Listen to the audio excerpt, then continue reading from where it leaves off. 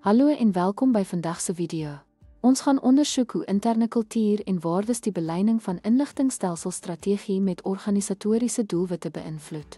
Kom ons kyk hoe kultuur suksesvolle implementering van inligtingstelsels kan help of belemmer.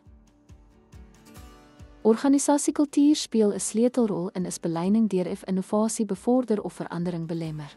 'n Kultuur wat innovasie waardeer, moedig die aanvaarding van gevorderde oplossings aan, terwyl weerstand teen verandering kan beleining ontwrig.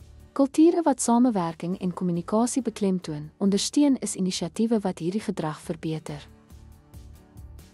Maatskappye wat deursigtigheid waardeer, kan stelsels aanneem wat oop kommunikasie ondersteun, terwyl sekuriteitsgefokusde kulture beklemtoon sterk kuberveiligheid. Organisatoriese waardes beïnvloed ook werknemersteun vir veranderinge, wat suksesvolle implementering beïnvloed. Dankie dat u ons video gekyk het oor hoe interne kultuur en waardes die beleining van 'n strategie met organisatoriese doelwitte beïnvloed. 'n Ondersteunende kultuur is noodsaaklik vir suksesvolle implementering en langtermyn strategiese beleining.